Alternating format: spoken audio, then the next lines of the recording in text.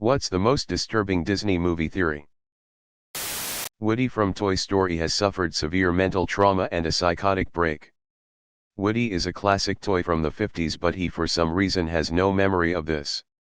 He may have been Andy's father's favorite toy at that time, but then for some reason was packed away in a box as his owner grew up.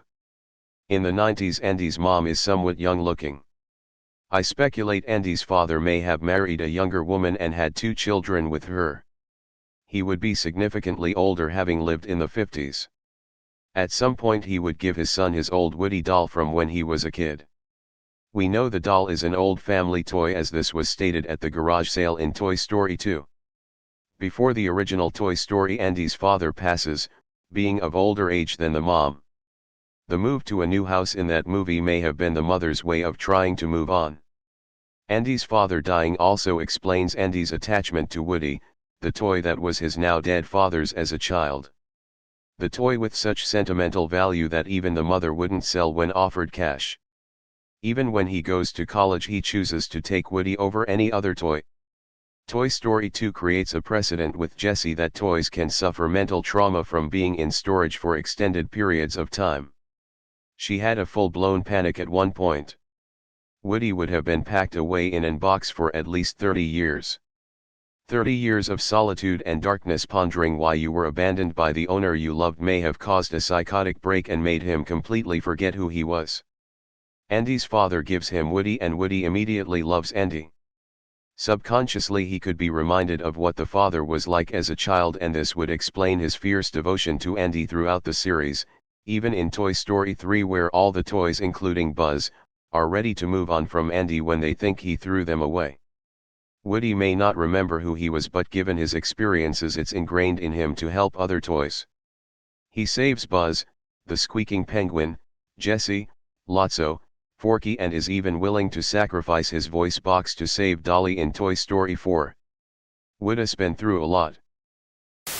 Encanto. Casita/Abuelo Pedro bestows the gifts based on what the family needs, in the order they needed it. Edit: I rewrote this one because I noticed a trend. I might do another theory on this. Gen 1 has the survival powers. Peepa, weather control, guarantees crops. Bruno, prophecy, warnings of danger. Julieta, healing, recovery from illness/injury. Julieta's kids have support powers. Isabella, plant control, ensures abundance of food, but also plant-based resources, that she only makes flowers is Abuela's pressure.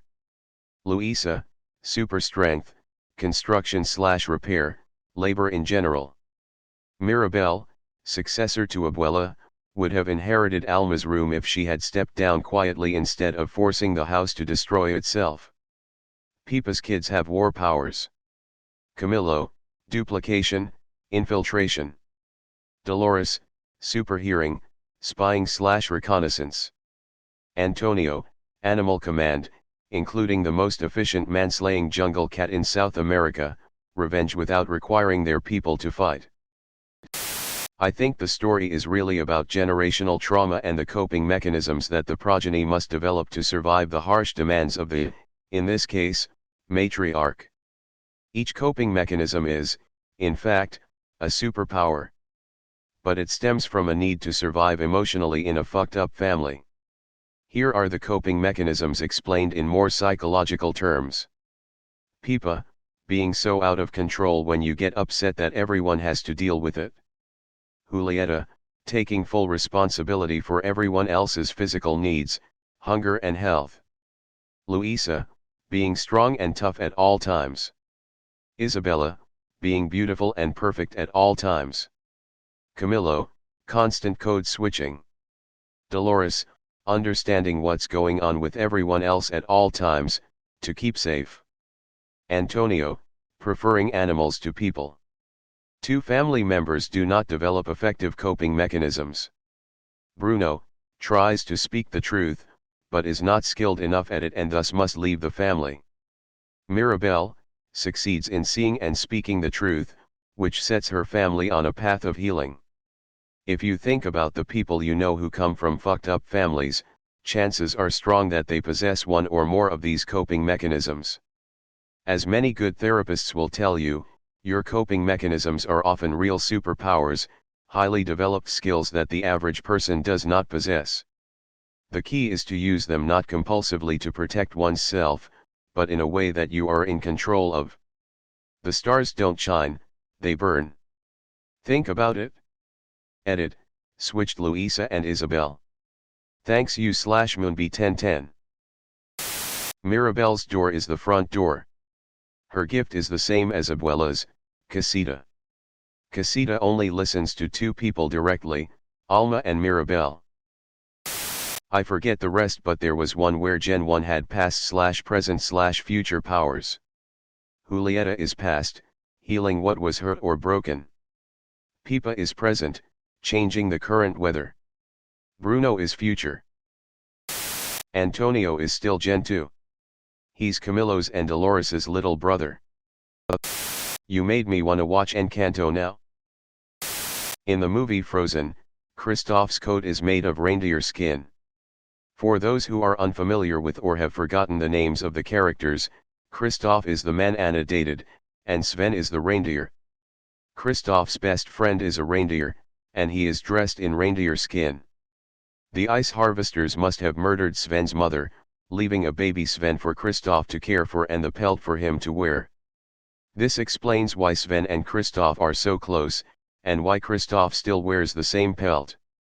The smell reminds Sven of his mom. Edit, a word. I'm not sure the reason Sven became friends with Kristoff is because Kristoff was wearing his mother. Also, reindeer only live for about 30 years, so sometime real soon Kristoff is gonna have to face some heavy shit. How would a coat made for an 8-year-old still fit a 20-something-year-old? Marlin from Finding Nemo is delusional with grief. The barracuda ate his wife and every egg. Nemo is a hallucination that manifests his grief, and his journey to find Nemo is actually a metaphor for him finding himself again and traversing the stages of grief. Nemo means nobody in Latin. Captain Hook is actually the good guy in Peter Pan. He's trying to stop Peter from kidnapping more children. Meanwhile, Peter is keeping the lost boys/hostages as his own and gets upset if they ever bring up their old lives. Kai, the butler, confidant, and royal advisor in Arendelle, is actually a spy. Prince Hans of the Southern Isles knows how to manipulate Princess Anna far too easily and too quickly without inside help. For example, Kai most likely overheard Anna running down the halls and singing about shoving chocolates in her face. Later Hans sings to Anna about chocolate fondue. Kai told Hans everything he would need to woo the naive girl who was desperate for love. It's especially odd that Hans says no one was getting anywhere with Elsa. A royal advisor would consult with Elsa about possible marital prospects, and an insider would be able to clue Hans in. Lastly, a royal advisor would also most likely be consulted about handling Hans's punishment, and to save his own skin and by silence he allowed Hans to return home where he would basically face no justice. There's a line in Be Our Guest that specifies 10 years we've been rusting. Meaning they've been enchanted for 10 years at that point. Chip is pretty clearly well under 10 when they break the spell and he becomes human. Which means that either the spell also froze their ages in time, or the teapot version of Mrs. Potts both conceived a teacup child, with who/what, and gave birth at some point. Also, there was a cupboard full of teacup children that weren't given names that also appeared to be under Mrs. Potts's care. What's the deal with those kids? In the Frozen Fever short, about Elsa trying to throw Anna a birthday party while fighting off a cold, they do show a glimpse at the end of Hans back in the Southern Isles shoveling a mounting of horse shit, in rags, looking pretty unroyal. He also gets slammed by a giant snowball. Elsa sneezes into a huge birthday horn back in Arendelle that flies all the way to the Southern Isles and knocks Hans into said mountain of horse shit. So, not totally unpunished. Lastly, a royal advisor would also most likely be consulted about handling Hans's punishment, and to save his own skin and by silence he allowed Hans to return home where he would basically face no justice. Well, there's little actual evidence of any real wrongdoing, the most they'd have is Anna's word that he put out the fire while she was turning to ice, so sending him back home would have been a smart move to avoid any political ramifications. And that's assuming he really did face no justice. He was 13th in line for the throne. If his family thought there was any chance of him taking actions against other countries like that, there is a good chance he'd get disowned or imprisoned. There's a theory behind Finding Nemo that's even more fucked up. From Wikipedia, anemone fish are protandrous sequential hermaphrodites, meaning they develop into males first, and when they mature, they become females. If the female anemone fish is removed from the group, such as by death, one of the largest and most dominant males becomes a female. The remaining males move up a rank in the hierarchy. What does that mean? With Marlin's wife dead, he will become the female, and the largest surviving male would become her new mate. And with Nemo as the only other clownfish in the area, Marlin is so desperate to find Nemo because she needs him to mate with. Doesn't apply to the Disney version, but the original book states that Peter Pan kills lost boys whenever they seem to start growing up. When I found out what Nemo meant from watching BBC's Bleak House, I immediately thought of Finding Nemo, and that was my thought. He was finding no one. It was a personal journey of grief and self-rediscovery, which makes the story even better. Even better, little sneaky subversion from the writers. Aladdin takes place in a post-apocalyptic future. In one scene of Disney's Aladdin, Genie calls Al's clothes so last century. Genie was trapped in the lamp for 10,000 years, so there is no way he could have known about the fashion trends that could have happened whilst he was in the lamp. This means the latest Genie could have been trapped in the lamp during the 3rd century. If he spent 10,000 years in the lamp, it is then at least 10,300 AD when he gets out. Aladdin takes place in the future, or to be more exact, a post-apocalyptic world where only Arabic, and some Greek, survived. So much time has passed that the name Arabia has been corrupted into Agrabah. The Islamic religion has atrophied to the point where there are no mosques, imams, or prayer mats, but people still give praise to Allah in moments of happiness.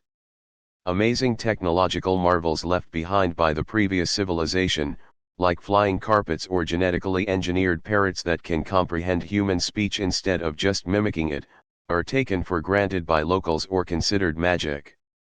The Genie proves this by making impressions of ancient, long-dead celebrities such as Groucho Marx and Jack Nicholson. And ABU is actually an acronym for Autonomous Biological Unit.